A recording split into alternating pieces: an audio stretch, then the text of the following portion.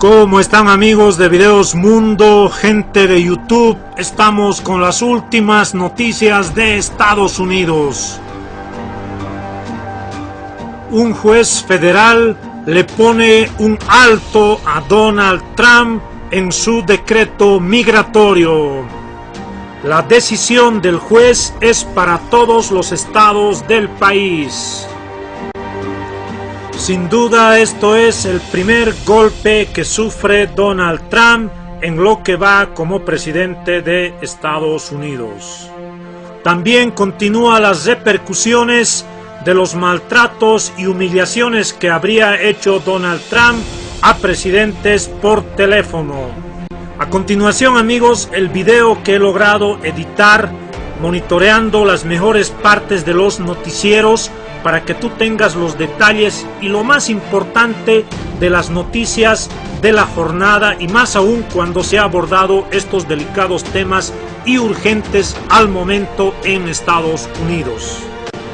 Como siempre, al final te voy a pedir que me dejes tu comentario sobre estas últimas noticias de Estados Unidos. También suscríbete en el canal Videos Mundo si aún no lo has hecho, y de esa forma te llegará todo el material que compartimos minuto a minuto de la política estadounidense y el acontecer mundial. En el número 2, Trump, alto. Un juez federal de Seattle, Washington, autorizó una orden de restricción temporal que detiene inmediatamente la implementación del decreto del presidente Donald Trump sobre la inmigración en todo el país, misma que limitaba la entrada de ciudadanos de 7 países de mayoría musulmana. Por su parte, el Departamento de Aduanas y Patrulla Fronteriza, a través de uno de sus voceros, dio a conocer que revisarán y acatarán la orden de la Corte. El fiscal Bob Ferguson, quien promovió la solicitud, aseguró que nadie está por encima de la ley, ni siquiera el presidente. Por su parte, el Departamento de Justicia respondió que esperan revisar la orden escrita de la Corte para determinar los próximos pasos a seguir. En el número 1, Casa Blanca, teléfono descompuesto. El presidente de Estados Unidos, de nuevo, Donald Trump, reconoce haber tenido llamadas telefónicas duras y pide que cuando escuchen acerca de las mismas, no se preocupen. Sin embargo, algunas de estas han levantado titulares en el mundo entero, como la llamada con el primer ministro de Australia, Malcolm Turnbull, al que supuestamente le colgó el teléfono, aunque esta versión ha sido desmentida por ambas partes. O la llamada a Enrique Peña Nieto, presidente de México, en la que supuestamente amenazó con mandar tropas, versión también desmentida por ambas partes. Si no es cierto, ¿de dónde salen todos estos rumores? Y de ser cierto, ¿lo aceptarían los afectados? Este es el primer tema de la noche, profundizamos en los hechos. Hay noticias de último momento, se las damos a conocer aquí en CNN. El juez federal James Robert del estado de Washington suspendió hace poco más de una hora el decreto de inmigración del presidente Donald Trump que prohíbe la entrada de Estados Unidos a nacionales de 7 países, de Irak, Siria, Irán, Libia, Somalia, Sudán y Yemen. La medida, por ahora, es temporal, pero es un importante revés y un precedente legal contra la decisión presidencial. El fiscal general del estado de Washington celebró la decisión y dijo que nadie está por encima de la ley, ni siquiera el presidente. Un portavoz de aduana y de la patrulla fronteriza ha dicho a CNN que van a revisar la orden y van a cumplir con todas las órdenes judiciales. Asimismo, el Departamento de Estado de Estados Unidos dijo que revisarán la orden escrita del tribunal y determinarán los pasos a seguir en los próximos días.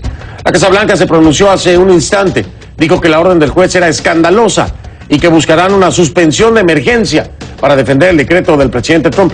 Hace unos segundos se emiten otro comunicado con el mismo mensaje, pero quitan la palabra escandalosa. Los territorios que tienen políticas o leyes que le ponen límites a la actuación de la fuerza policial y a los funcionarios locales que asisten al gobierno federal en asuntos inmigratorios. Usualmente eso significa que en esos lugares o territorios protegerán a inmigrantes indocumentados al no detenerlos o enjuiciarlos solo por el hecho de que permanezcan en Estados Unidos sin documentos.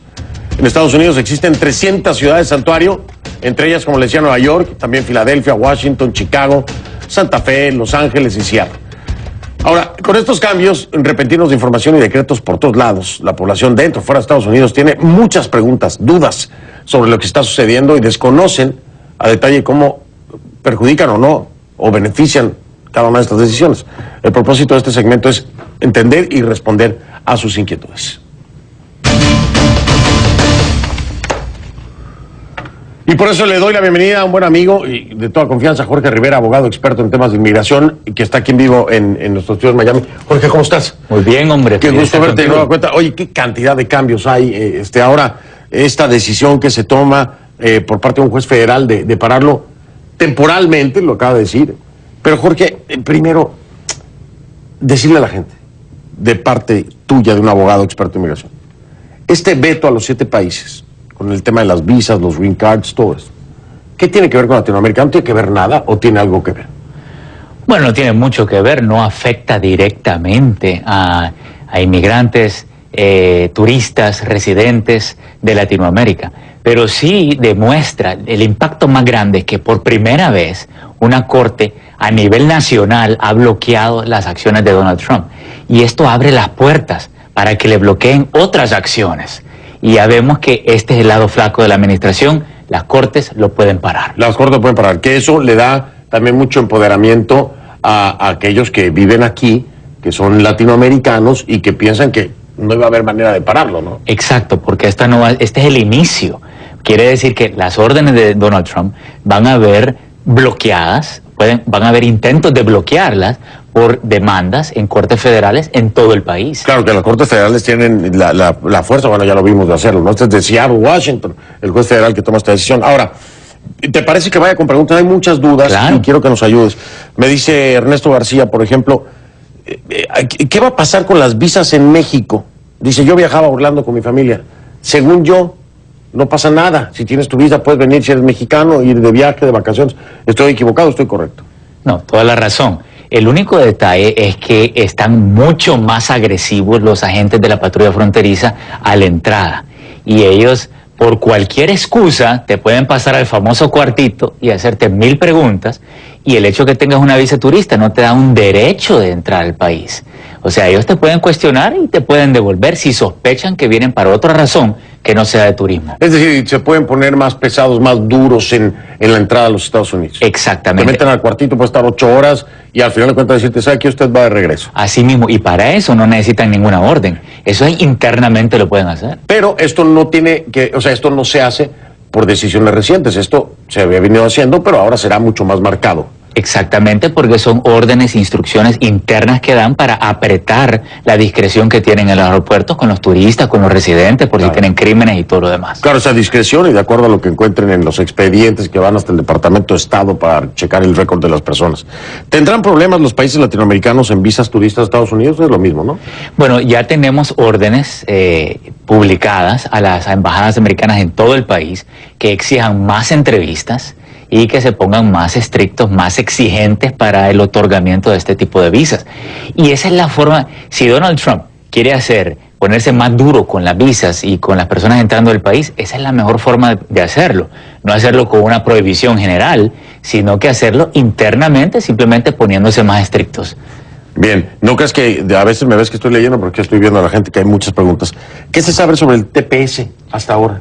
Mira, el TPS afecta a Nicaragua, Honduras y El Salvador. Probablemente Trump no lo va a renovar. O sea, que lo cancele, eso es bien difícil porque ya las personas tienen la tarjeta del permiso de trabajo. Claro. Pero después de una década, después del terremoto en El Salvador y el huracán Mitch en Nicaragua y Honduras, probablemente ya no lo va a renovar. Probablemente ya no. Y esto afectaría a una cantidad impresionante de personas. Cientos de miles de personas. Sí, esto sería un golpe durísimo y sobre todo, por ejemplo, para El Salvador con el tema de las remesas, le daría un golpe durísimo a la economía salvadoreña. Y todas esas personas quedarían ilegales y sujetos a una deportación. Pero te digo, con la postura de Trump, agresivo en contra de los inmigrantes, lo más probable es que no la va a extender. Jorge, en Venezuela, esta pregunta es repetitiva, constantemente me la han hecho durante varios días. ¿Es cierto que Venezuela está incluida en la lista de países con restricciones de visado? No, en estos momentos no. Y probablemente con la reacción que ha tenido con las restricciones para los 7 países musulmanes, ya no van a haber otras restricciones así, no lo anticipamos. Pero sí, internamente se ponen más estrictos, van a negar más visas y le van a bloquear la entrada a muchas personas simplemente por discreción. Claro, en el proceso normal van a ser mucho más estrictos para entregarla. Exactamente. No por ninguna exposición ni nada, sino como esa discreción. Claro, y así se evitan las demandas. Claro. Esa es la forma inteligente si ellos lo quieren lograr. A ver, ¿se puede dar una orden que no sea una acción ejecutiva de ponerse más estrictos o de que la discreción sea más limitada para la entrega de visas? ¿Se puede hacer? ¿Como recomendación? Vamos a decirlo. Lo pudieran hacer, pero realmente no es necesario, porque ellos publican internamente memorándum, dándole instrucciones. Te voy a dar un ejemplo. ¿A través de un memo? Exactamente. Entonces viene un turista de Venezuela. Ellos en el aeropuerto lo pasan al cuartito, le confiscan el celular y comienzan a chequear todas las redes sociales. Le registran su cartera, ven si tiene licencia de conducir aquí en la Florida y se buscan cualquier excusa por negarle la entrada a un turista. Entonces, y así lo manejan. Espérame, dice, tengo una solicitud por la 245I, ¿puede mi esposa calificar para este beneficio en su aplicación? Sí, mira, las leyes de inmigración no van a cambiar porque son leyes aprobadas por el Congreso, esas continúan. Lo que sí es que los oficiales se pueden poner más estrictos, tanto en la frontera con la aprobación de casos como la residencia. ¿Qué pasa con, dice que se ha cambiado algo con la entrega de Green Card? Pues es lo mismo, ¿no? Se pueden poner mucho más pesados en ese sentido, más difíciles para entregarlas. Y fíjate que ya lo estamos viendo, por ejemplo, con la entrada de residentes que tienen antecedentes criminales, que bajo la administración de Obama entraban sin ningún problema. Ahora con Trump, bueno, hemos visto que le piden a las personas que firmen un formulario I-407 para renunciar a la residencia, intimidando a los residentes, que si no la renuncian. Jorge, si les dicen, si los detienen, si te detienen y te dicen, no, usted se va a ir o lo que sea, y te piden que firmes un papel, ¿qué recomiendas? Nada. ¿No firmen nada? Absolutamente nada. Mira, si tú no tienes papeles, si tú eres residente, que tú no firmes nada, porque no sabes lo que estás firmando. ¿Tienen derecho a decir no voy a firmar nada a menos que haya un abogado presente? Tienes todo el derecho, claro, ellos te pueden detener y una vez te detengan, ahí tienes que buscar ayuda legal. Y eso es lo que muchas veces intimida a las personas. Nadie quiere ir preso y por eso muchos ponen la firma con tal que no los metan presos. Pero y es peor, ¿no? Es peor. Es peor porque pueden perder la residencia y pierden todos sus derechos. Y si los deportan, hay un castigo de 10 años. Sí. Olvídate, acaban con tu destino. No puedes regresar a los Estados Unidos por 10 años. Tengo todavía tiempo para una última pregunta rapidísimo. Hay un esposo de residente que aún no tiene papeles. ¿Puede ser deportado? Esposo de residente. Bueno, si es que está indocumentado todavía. Si solo tiene una petición, eso no le da estadía legal. Puede ser deportado. Pero ese tipo de casos que hay que pelear, porque recuerda que no los deportan inmediatamente así. Los mandan delante de un juez. Y en todo lo que está delante del juez, delatas el proceso y entonces ya calificaría para un perdón dentro del país. Estos casos hay que pelearlos a cuerpo y espada. No hay que ceder nada porque el proceso de la corte, hay tantos casos en las cortes que te puede demorar años para tener un juicio final en la corte. Definitivamente sí, que era precisamente también una de las políticas de Trump. Trump está en la vía rápida para convertirse en el presidente menos diplomático y más impredecible del mundo. Y es que a lo largo de esta segunda semana en su rol presidencial en la Casa Blanca, Trump sostuvo una llamada intensa con el primer ministro de Australia. Se quejó de la estrategia del presidente de México para combatir a los bad hombres o los hombres malos de México. Le advirtió a Irán que estaba jugando con fuego al probar misiles y aprobó nuevas sanciones. Insultó nuevamente al actor y exgobernador de California, Arnold Schwarzenegger, por tener malos ratings en el show The Apprentice que Trump conducía. Y hasta amenazó a la Universidad de Berkeley en California con dejarlos sin fondos federales tras una fuerte protesta este jueves. Todo eso en una semana. Bueno, esto no debería sorprendernos, ¿no? Durante su campaña presidencial, Trump alabó las virtudes de ser impredecible en el escenario mundial. Pero sus acciones tienen a más de uno confundido y asustado también. Por ejemplo, durante la llamada de Trump con el primer ministro de Australia, Malcolm Turnbull, fuentes de la Casa Blanca confirmaron a CNN que hubo un fuerte debate entre ambos mandatarios por un acuerdo migratorio implementado durante la administración del presidente Barack Obama para dar entrada a Estados Unidos a un grupo de 1.250 refugiados. Y que la decisión fue tal que Trump colgó la llamada abruptamente. Días después, Trump primero tuiteó: ¿pueden creerlo? La administración Obama aceptó recibir miles de inmigrantes ilegales de Australia. ¿Por qué? Estudiaré este acuerdo estúpido. Más tarde dijo: gracias, primer ministro de Australia, por decirle la verdad sobre nuestra muy civilizada conversación que los medios de noticias falsas mintieron. Muy bien. Por el otro lado, después de las peleas constantes con México sobre quién debe pagar el muro fronterizo que Trump quiere construir entre Estados Unidos y el país, México, parece haber un momento de cordialidad. En una llamada telefónica que mantuvo con el presidente Enrique Peña Nieto dijo: ustedes tienen hombres muy malos en México y quizás necesiten ayuda. Estamos dispuestos a ayudar con ese grupo, pero tienen que ser combatidos. Y agregó, para que no todo fuese cordialidad, ustedes, o sea, en México, no han hecho un buen trabajo combatiéndolos. Trump parece ver la diplomacia como una transacción comercial donde hay ganadores y perdedores, y con la creencia de que incluso los aliados podrían estar tomando ventaja de Estados Unidos. Su pensamiento de política exterior, al menos hasta ahora, se ha centrado en la mecánica de las relaciones individuales y menos en una visión estratégica en la que los aliados son un vehículo, ¿no?, para expresar el poder y la influencia estadounidense en todo el mundo. ¿Cuál será el resultado de este estilo diplomático en la oficina más importante y poderosa del mundo? ¿Las cosas que se dicen son ciertas? Y si son ciertas, ¿las aceptarían los involucrados? Vamos a platicarlo con mi invitado.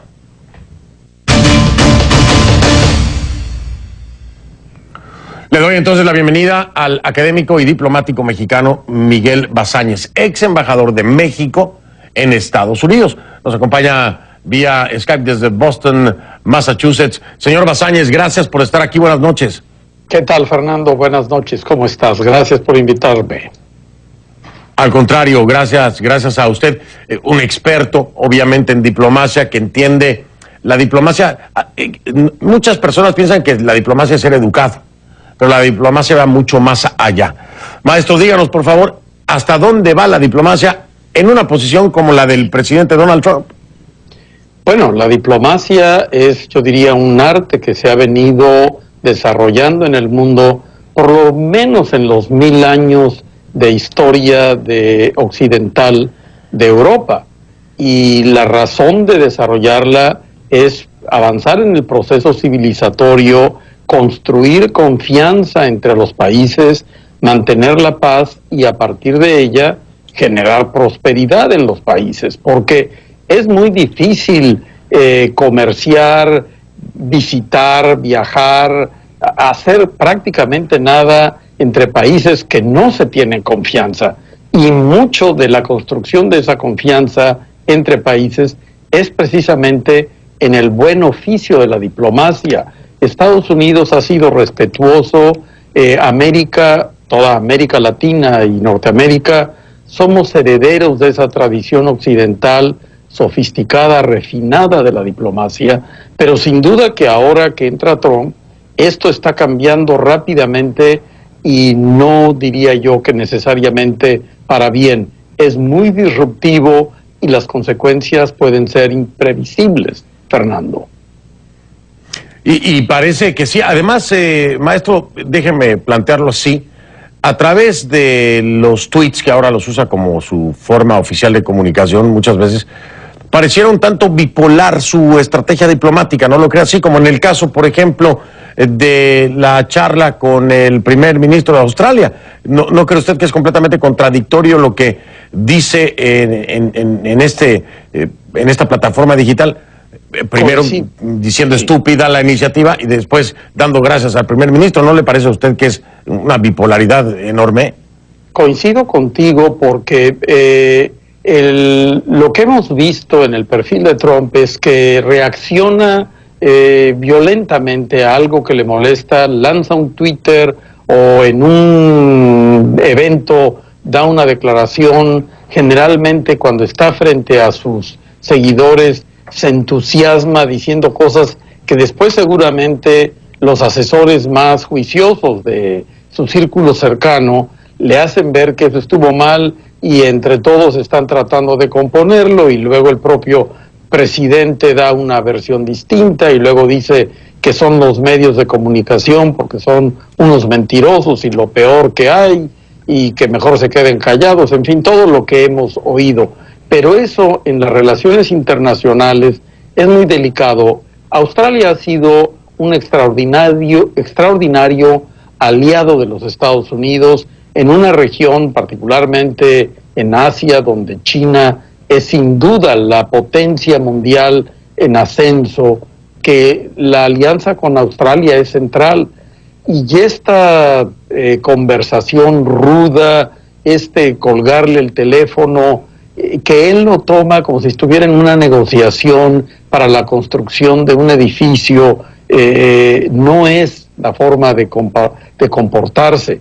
No se diga en el caso de México, que ha sido tan ofensivo para la población mexicana, que nos ha llamado violadores y criminales, y que esta idea ofensiva de construir un muro inútil que solamente busca esa parte publicitaria, propagandística, de entusiasmar a sus seguidores, pero no más allá, y que lastima mucho la relación. Y como tú sabes bien, como regiomontano, pues en México hay heridas muy profundas provocadas por la guerra de 47, donde perdimos la mitad del territorio, por el embajador americano que orquestó el asesinato del presidente de México en 1913, y estas actitudes del presidente Trump están provocando que se remuevan esas heridas históricas profundas, y no veo de qué manera sienta que vaya a ayudar a la relación entre los dos países, Fernando. Y maestro Basáñez, yo quiero aquí plantearlo de otra perspectiva en la que seguramente usted me podrá dar gran amplitud en la opinión, porque sí, hay heridas históricas, pero aquí hay un grupo, en los gobiernos hay grupos de diplomáticos, están los embajadores, usted tuvo precisamente esa función. ¿Cómo puede un cuerpo diplomático ejercer precisamente su función cuando un presidente les complica la operación de la forma que lo hace? Si fuera el caso de usted estar como embajador de México en los Estados Unidos y fuera el presidente de México el que actuara con esta conducta, maestro, ¿qué haría usted? Bueno, resultaría una situación muy difícil y muy incómoda. Es como si el presidente mexicano se pusiera a insultar a los colegas de América Latina, con los que son nuestros hermanos y tenemos relaciones muy intensas, particularmente con los centroamericanos, que son nuestros vecinos cercanos, y cómo manejaríamos esa relación. Lo haría muy difícil, de manera que por eso es tan importante el cuidado de los protocolos, de las formas, de la educación. Precisamente los diplomáticos tenemos como función buscar que haya una excelente comunicación, relación, mantenernos siempre abiertos al diálogo, a ver el punto de vista del otro, a tratar, cuando hay discrepancias, de buscar los puntos de acuerdo en las discrepancias. Pero no se puede hacer con insultos, con groserías, malos modales. Eso simplemente complica y provoca que en un momento dado la contraparte se tenga que levantar de la mesa y dar un portazo y salirse y romper la negociación, lo cual es nefasto. Eso rompe con el orden internacional que se ha establecido con tanto cuidado. Que nos diga que el ejército mexicano no ha sabido realizar su trabajo sería tanto como si el presidente mexicano le viniera a decir que pues tampoco los americanos han sabido hacer su trabajo para controlar el tráfico de armas y que les vamos a mandar gente para que se pueda realizar. Es decir, no conduce a nada actitudes de ese tipo. A mí me parece muy preocupante, Fernando. Totalmente, creo que no solamente a usted, maestro, sino que a la comunidad internacional, ¿no? La misma Unión Europea ha hecho ya declaraciones en torno a esto y a la gravedad, obviamente, de las posturas. Se han sentido ofendidos, por ejemplo, en los términos en los que se refiere a lo que debe o no debe hacer la Unión Europea. François Hollande, el presidente de Francia, ya también ha tenido que replicar a las declaraciones de Donald Trump, la misma Angela Merkel de Alemania. En fin, esto es un tema global que desde la perspectiva tal vez de la audiencia no se llega a ver el alcance, maestro. Lo que puede ocasionar una falta de diplomacia puede incluso ser una guerra. ¿Estoy en lo correcto? Estás en lo correcto. El caso que mejor ilustra lo que estás diciendo es el que empezó en los 30 en Europa, cuando Inglaterra era la potencia mundial, tenía el liderazgo que hoy tiene Estados Unidos, y Alemania, que siempre ha sido una una gran nación, tenía el estándar más alto de democracia y de civilidad, y que por las horribles condiciones que la Primera Guerra le dejó a Alemania, el público estaba tan lastimado, la población alemana estaba tan lastimada, que se empezaron a formar las corrientes demográficas que condujeron al fascismo, que llevaron a Hitler al liderazgo. Y en Alemania había dos corrientes, Chamberlain, que era el primer ministro y que decía que con diálogo y con negociación iban a poder meter en orden a Hitler, y por otro lado Churchill, que decía que de ninguna manera, que Hitler había roto todas las formas de la diplomacia, que era imposible pensar que volviera al carril, que había que enfrentarlo, porque hay un extraordinario libro que habla de las estrategias para sobrevivencia y conflicto, que no es ni siquiera sobre política, es de Richard Dawkins, un biólogo evolucionista, se llama El gen egoísta, The Selfish Gene en inglés, y que menciona que hay 5 estrategias en esta lucha por la sobrevivencia de los genes, en donde la primera son la de los halcones, la de los pichones, la de los bullies, la de los equitativos y los retroequitativos. Lo interesante en esto es que Trump ha mostrado ya sus cartas y ha dejado ver que la estrategia que él juega es la del bullier. Pero cuando tú tienes un bully, lo que ocurre es que si al bully le contesta un halcón, el bully se retracta. De manera que es muy interesante estudiar cómo debe comportarse los países frente a esta nueva diplomacia que está usando Estados Unidos. Maestro, gracias por su diplomacia. Sé que me está dando la oportunidad de marcar la pausa, así que ahora sí que se lo agradezco, porque se dio cuenta perfectamente que tenía que ir a un corte comercial. Diplomáticamente le digo gracias. Voy a hacer una pausa. México en Estados Unidos. Maestro, gracias por haberme permitido ir a la pausa como lo hizo. Y le digo ahora, ¿cómo tiene que ser el halcón? Es decir, ¿cuál es la respuesta del halcón a un Trump que aplica la teoría del bully, ¿no? ¿Cómo hacerlo? Es decir, sin caer en la confrontación, porque pareciera que está esperando eso. Bueno, lo que busca Dawkins en este extraordinario libro son cuáles son las estrategias estables para sobrevivir, y a través de modelos matemáticos y teoría de juegos analiza estas 5 estrategias que mencioné. Y los halcones siempre atacan, siempre se acaban unos a otros, y no es una estrategia estable. Los pichones siempre negocian, pero entonces en una confrontación entre halcones y pichones, los pichones ganan, los halcones ganan y los pichones se retractan. Nada más que se van afectando las poblaciones, y tampoco la estrategia del pichón de retraerse es estable. Las poblaciones pichones terminan extinguiéndose también en esas confrontaciones. El bully lo que hace es atacar a unos y a otros, y sin embargo, cuando al bully le contesta un halcón, el bully se retracta, y la estrategia del bully tampoco es estable. La única de las 5 estrategias estables es la del equitativo, que esa es una en donde la estrategia de equidad lo que busca es medir al adversario, y dependiendo de si entre con una estrategia halcón o una estrategia de pichón, entonces hace la respuesta adecuada, y hay una sofisticación mayor, y termina siendo la estrategia estable. De manera que, aunque esta sea una obra que no proviene de la ciencia política, ilumina enormemente lo que está entrando ahorita a ocurrir en los Estados Unidos, Fernando. Qué interesante, me he quedado con la boca abierta, porque al final de cuentas es un paralelismo con actitudes que tienen fundamentalmente instintos animales, maestro, y esto no lo podemos dejar a un lado. Ahora, si tuviera que ubicar dentro de esta teoría, maestro, a México, a Estados Unidos, a Rusia, a Australia, ¿Dónde ve los pichones? ¿Dónde ve los halcones? ¿Cómo lo ubicaría en este terreno para ejemplificarlo? En una analogía, claro está. Bueno, ahorita los dos países con una posición bully son Rusia y Estados Unidos.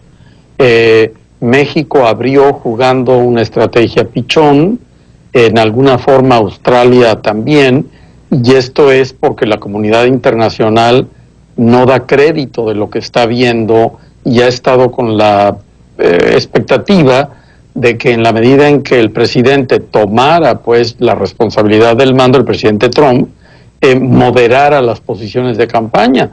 Pero lo que ocurre es que el círculo cercano, bueno, Bannon en particular, es mucho más bully que el propio presidente Trump. Y aunque en el gabinete existen los dos bandos, en todos los gabinetes de todos los países, siempre tienes halcones y pichones. Y los presidentes operan como un fiel de la balanza, terminan tomando la decisión después de escuchar a las dos partes y el presidente precisamente ocupa esa posición por sus dotes de liderazgo. Entonces, ahorita no han empezado a utilizarse las estrategias halcón en ninguno de los países. Tal vez Irán pudiera empezar por ahí, posiblemente Corea del Norte, todavía no está claro, está muy rápido, pero lo que vas a ver conforme pasen los días es cómo a nivel de los países, en los más altos niveles, terminamos haciendo lo mismo que hacen los genes. O sea, finalmente las matemáticas te explican todo, Fernando.